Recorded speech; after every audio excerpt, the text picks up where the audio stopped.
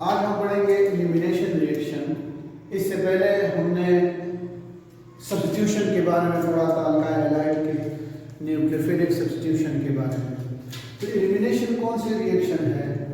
Those reaction in which atom और group of atom, यानी एक एटम या group of atoms are removed from adjacent carbon.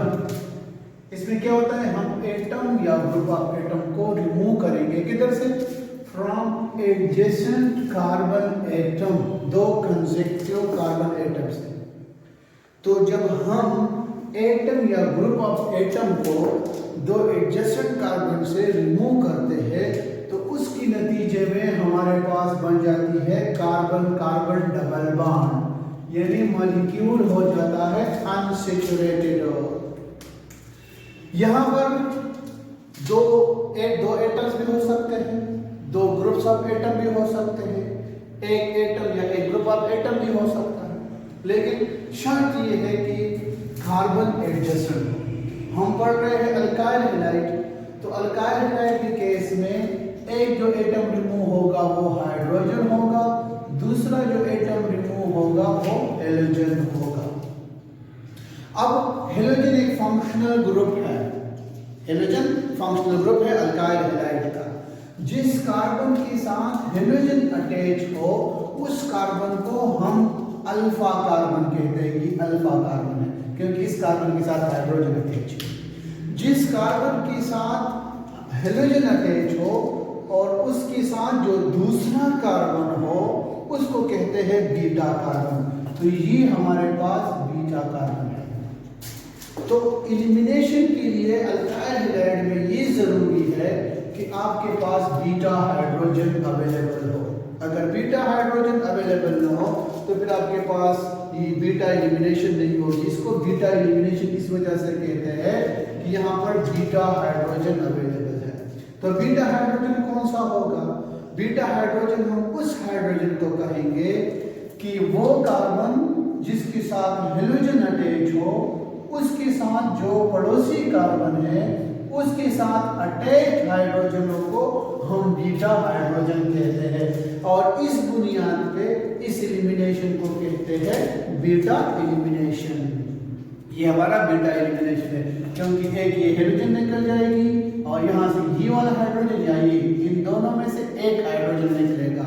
तो carbon की दो एडजेसेंट, इस वजह से इसको बीटा एलिमिनेशन कहते हैं।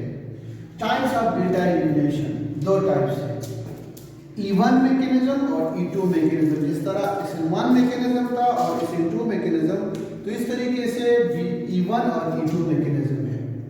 E1 mechanism, E stand for elimination, 1 stand for unimolecular. यानी E1 क्या है?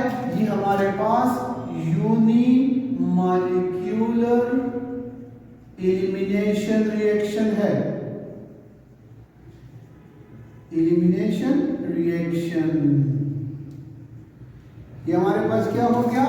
ये हमारे पास unimolecular elimination reaction. It is two step mechanism, it consist of two step है। तो 1, ये 1 हमें बता रहा है कि इसकी रेट डिटरमिनिंग स्टेप में, जो रेट डिटरमिनिंग स्टेप कौन सा होता है? जो रिएक्शन का सबसे स्लोवेस्ट स्टेप होगा, तो उसमें एक मॉलिक्यूल इन्वॉल्व है, इस वजह से इसको यूनिमॉलिक्यूलर कहते हैं। तो it consist of two step. Step 1 is the ionization of alkyl halide. Alkyl halide की आयनाइजेशन होगी and this is the slowest step. तो स्लोवेस्ट स्टेप है तो इसका मतलब है ये हमारे पास रेट डिटरमिनिंग स्टेप होगा। ये हमारे पास रेट डिटरमाइनिंग स्टेप है क्योंकि ये स्लोवेस्ट स्टेप है। और इसमें कौन इन्वॉल्व है? सिर्फ अल्काइल हैलाइड, एक मॉलिक्यूल इन्वॉल्व है। तो जब एक मॉलिक्यूल इन्वॉल्व होगा तो इट विल बी यूनिमॉलिक्यूलर। तो क्या होगा? ये हेलोजन जो है, ये क्लोरीन, ये मोर इलेक्ट्रोनेगेटिव है कार्बन से, तो ये कार्बन से ये बॉन्ड अपनी तरफ शिफ्ट करेगा, अपना इलेक्ट्रॉन तो साथ लेके जाएगा, लेकिन साथ साथ में कार्बन बेचारे को भी लूट के लेके जाएगा, उसके इलेक्ट्रॉन को भी अपने साथ लेके जाएगा। तो क्लोरीन इसे नेगेटिव निकलेगी और कार्बन बेचारे पे आ जाएगा पॉजिटिव चार्ज। अब ये वाला स्टेप इसका और SN1 का सेम है। या पर अगर आप सोचें तो E1 का और SN1 का ये वाला स्टेप बिल्कुल सिमिलर है। मसला हो जाता है सेकंड स्टेप में, क्योंकि SN1 के सेकंड स्टेप में फिर हमारे पास न्यूक्लियोफाइल अटैक करती है इस हाइड्रोजन कार्बन पे और वो सब्स्टिट्यूटेड प्रोडक्ट बनाती है।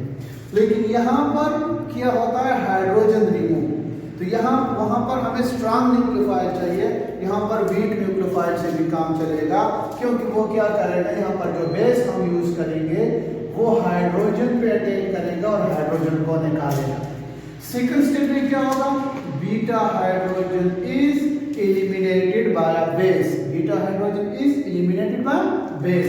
अभी बेस क्या करेगा, ये वाला बेस इसके पास लोन पेयर ऑफ इलेक्ट्रॉन होगी, वो हाइड्रोजन को कहेगा कि इस साइड पे आ जा, अपने इलेक्ट्रॉन को कार्बन के साथ छोड़, तो हाइड्रोजन इसके साथ अटैच होगा और सिमिलरली ये वाला जो बॉन्ड होगा वो शिफ्ट होगा इधर, तो कार्बन के पास जो चार्ज खत्म हो जाएगी, क्योंकि हाइड्रोजन का जो यहाँ पर शेयर्ड इलेक्ट्रॉन है वो यहाँ पर आ जाएगा, तो इस कार्बन की इलेक्ट्रॉन डिफिशिएंसी खत्म हो जाएगी और हमारे पास डबल बॉन्ड बनेगा। ये स्टेप फास्ट है, इसको हम रेट डिटरमाइनिंग स्टेप में नहीं ले सकते। हमारा रेट डिटरमाइनिंग स्टेप ये है। अब यहाँ पर इसकी काइनेटिक्स को अगर हम देखें तो ये हमारे पास फर्स्ट ऑर्डर काइनेटिक है। फर्स्ट ऑर्डर काइनेटिक्स हम उसको कहते हैं कि जिसके रेट डिटरमिनेंट स्टेप में एक मॉलिक्यूल इन्वॉल्व हो, या हम सिंपल कहते हैं कि उस रिएक्शन को स्टार्ट करने के लिए एक मॉलिक्यूल की जरूरत होती है। तो यहाँ पर भी इसकी स्लो स्टेप ये है। तो इसका जो काइनेटिक है वो फर्स्ट ऑर्डर है, because only alkyl halide involved in rate determining step. यानी इसका अगर हम रेट लिखेंगे तो रेट इज इक्वल टू के और अल्काइल हैलाइड का कंसंट्रेशन। तो इसका ऑर्डर हमारे पास क्या होगा, इस यहाँ पर 1 है और ऑर्डर एक्सपोनेंट के बराबर होगा इधर, तो order is equal to 1। So it will follow first order kinetic. Rearrangement of carbocation. इस E1 मैकेनिज्म में हम ये बात पढ़ रहे हैं कि E1 मैकेनिज्म 2 स्टेप पे मुश्तमिल है। The first step is the ionization of alkyl halide, which form carbocation, But in some cases, a less stable carbocation is formed, which on rearrangement produce a more stable carbocation. अगर हम इधर देख लें तो यहाँ पर जब ये हाइड्रोजन निकलती है तो हमारे पास सेकेंडरी कार्बोकेटाइन बनता है, और सेकेंडरी कार्बोकेटाइन लेस स्टेबल है as compare to tertiary carbocation. तो ये सेकेंडरी कार्बोकेटाइन रीअरेंजमेंट किस तरह, यहाँ से ये वाला ग्रुप इधर शिफ्ट हो जाता है तो हमारे पास पॉजिटिव चार्ज इधर शिफ्ट हो जाती है। अब इस कार्बन पे पॉजिटिव चार्ज है, तो अगर हम देख ले ये वाला कार्बन 3 कार्बन के साथ अटैच है, तो due to inductive effect of alkyl group इस कार्बन का जो ये पॉजिटिव चार्ज है ये मोर स्टेबलाइज्ड है as compare to this positive charge. या अगर हम दूसरे अल्फाज में कहें तो ये वाला चार्ज मोर डिस्ट्रीब्यूटेड है as compare to this one, और चार्ज जितना ज्यादा डिस्ट्रीब्यूट होगा उतनी उसकी स्टेबिलिटी बढ़ेगी। तो कार्बोकेटाइन ये टर्शियरी वाला ज्यादा स्टेबल है। तो कुछ केसेस में ऐसा भी होता है E1 में कि जो कार्बोकेटाइन बनता है उसकी रीअरेंजमेंट होगी, वो मोर स्टेबल कार्बोकेटाइन बनाता है और उसके बाद फिर बीटा हाइड्रोजन की रिमूवल होगी। फिर यहाँ से बीटा हाइड्रोजन की रिमूवल होगी तो हमारे पास डबल बॉन्ड बनेगा।